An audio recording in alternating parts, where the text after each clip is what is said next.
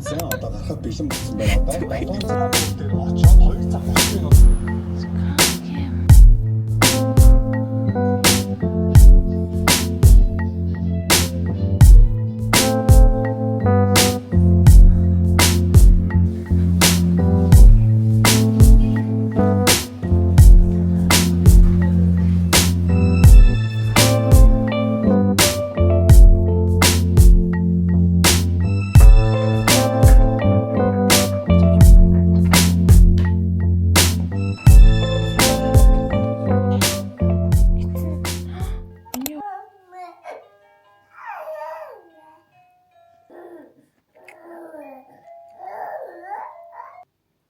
Бөөлөгчөн дээрээ суухгүй.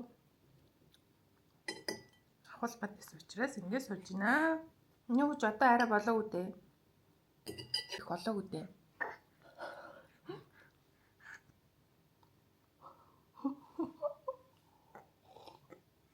Тэм хүмүүсээ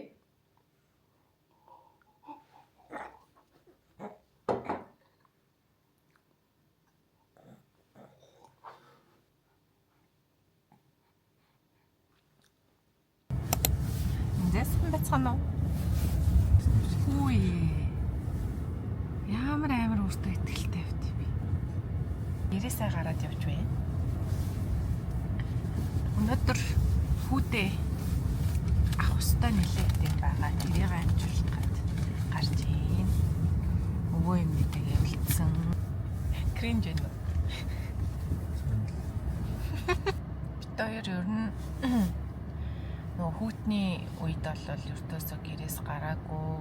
Дээрээс нь манай хүү гарах дургүй болсон билий.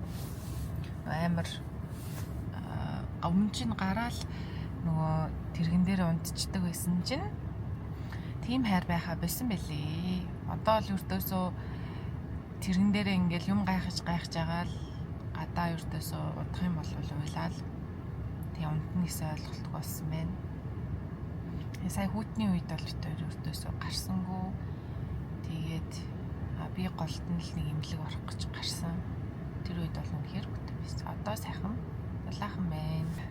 Гадуур хоол идэг бас нэлээ удсан байна. Тэгээс тэр зүйлсээ өнөөдөр амжуулнаа.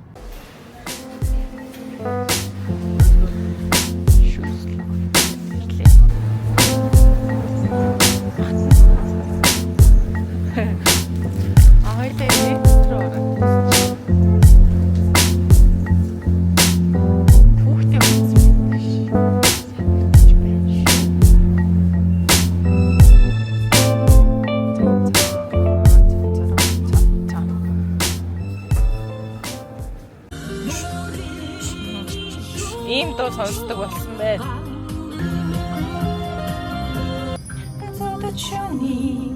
Хорвоо эжибоэ. Яаж энэ дуунуудыг бид мэдээд байна бол. Захочи авсан сайхан чи авсан миний эжи. Зохны хохарыг татсан миний эжи. Я баярлалаа. Йоо.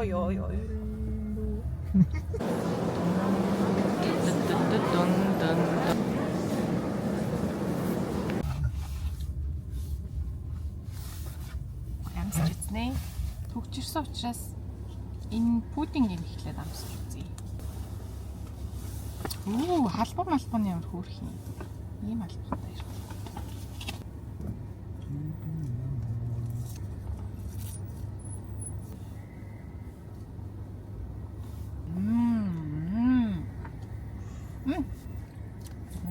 Гоё мен.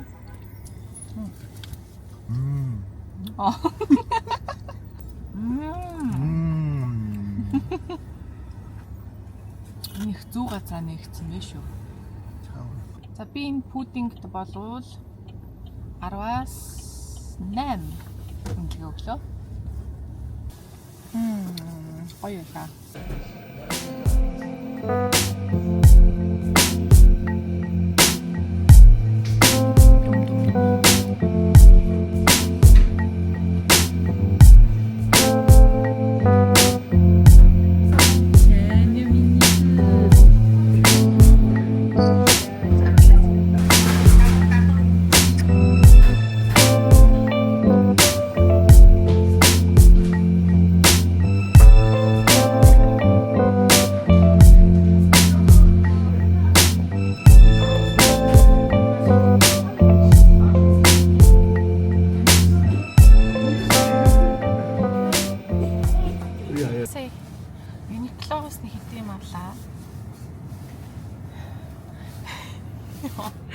За Uniqlo гэснээс та хэдэд бас хөөрхөн нэг Uniqlo-гийн дэлгүүр зааж өгье.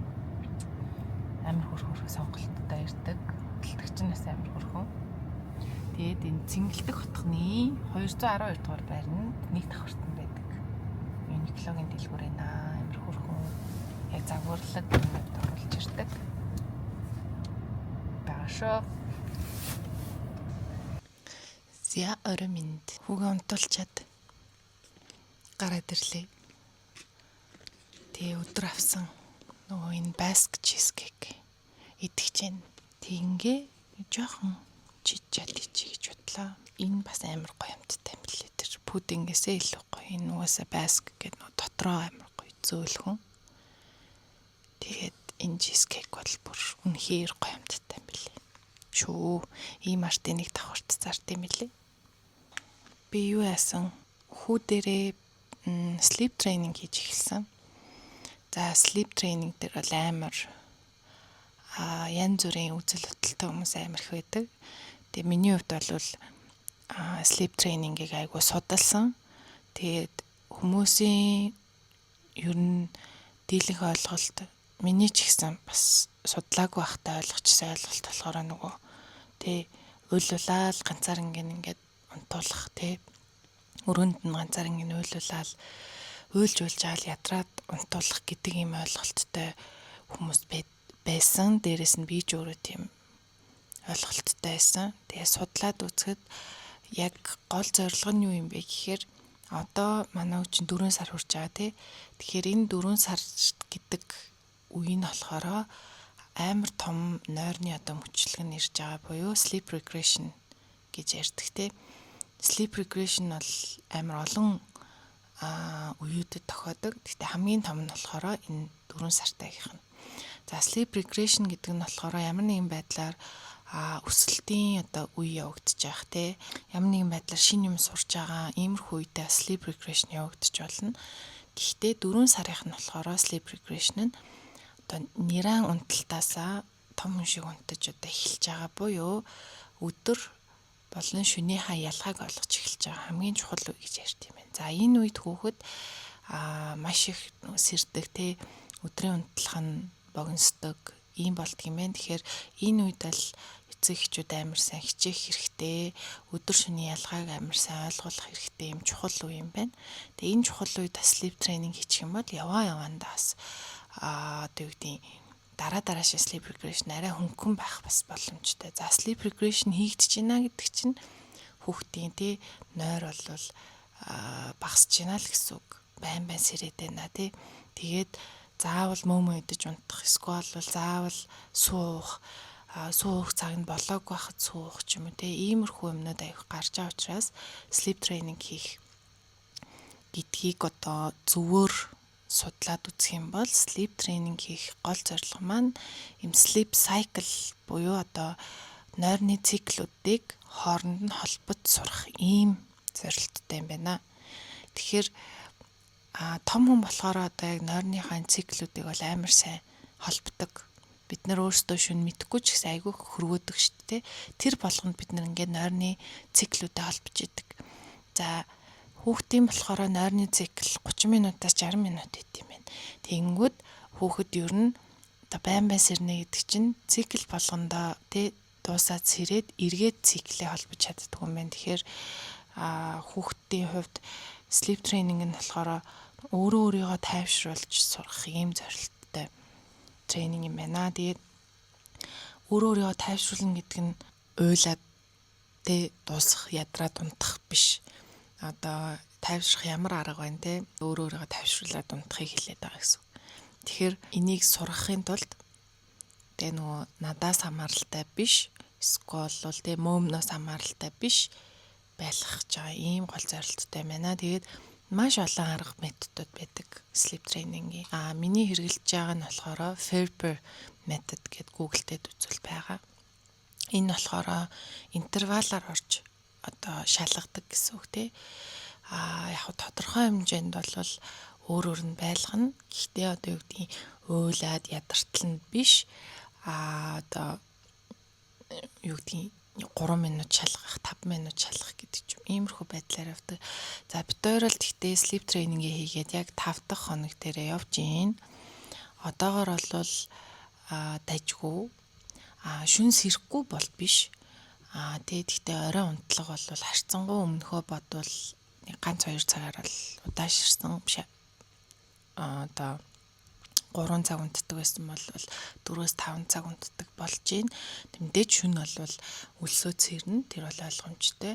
Тэгээд тухайн үднээс үг нөгөөд унтж байгаа. Гэхдээ нэг байн тэ өөрөөгөө цоч байгаа сэрэл тэр болгондоо уйлаад ахгүйгээр айгүй хөрхөн одоо өчигдөр жишээлбэл гэдэг гэл ингээл ярьжсэн өөрөөгөө эргээд унтуулсан байх жишээний.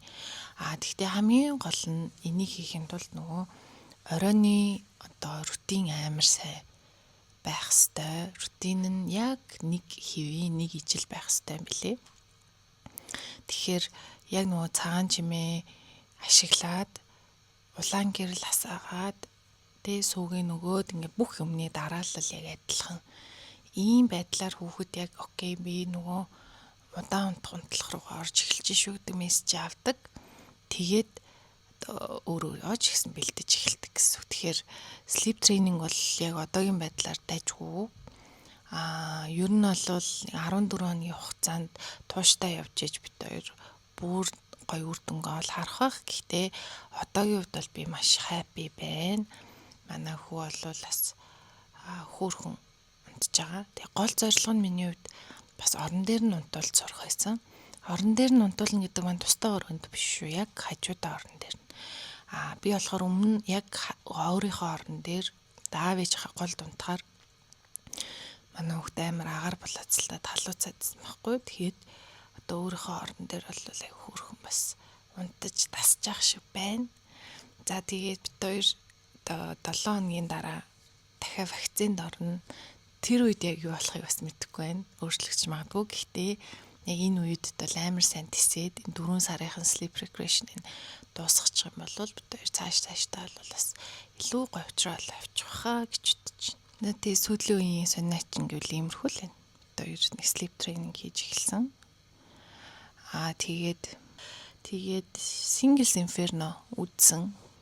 Тэгээ энэ season 5 бол гоё сонирхолтой санагдаж байгаа. Би season 4-ийг үзээгүй байсан, жоохон сонирхолтой санагдаад яагаад ч ихний хоёр ингэ надад таалагдаагүй тэгээ үзээгүй. Season 5 бол маш сонирхолтой байна. Бас анзаарадахны хүмүүс нөгөө тэгээ оролцож байгаа эмэгтэйчүүдийн арай өөр юм natural охтууд оролцож ийн гэж ярьж юм лээ. Тэгээд тэглэж угаасаа тэгээ нөгөө од нь ч байх уу.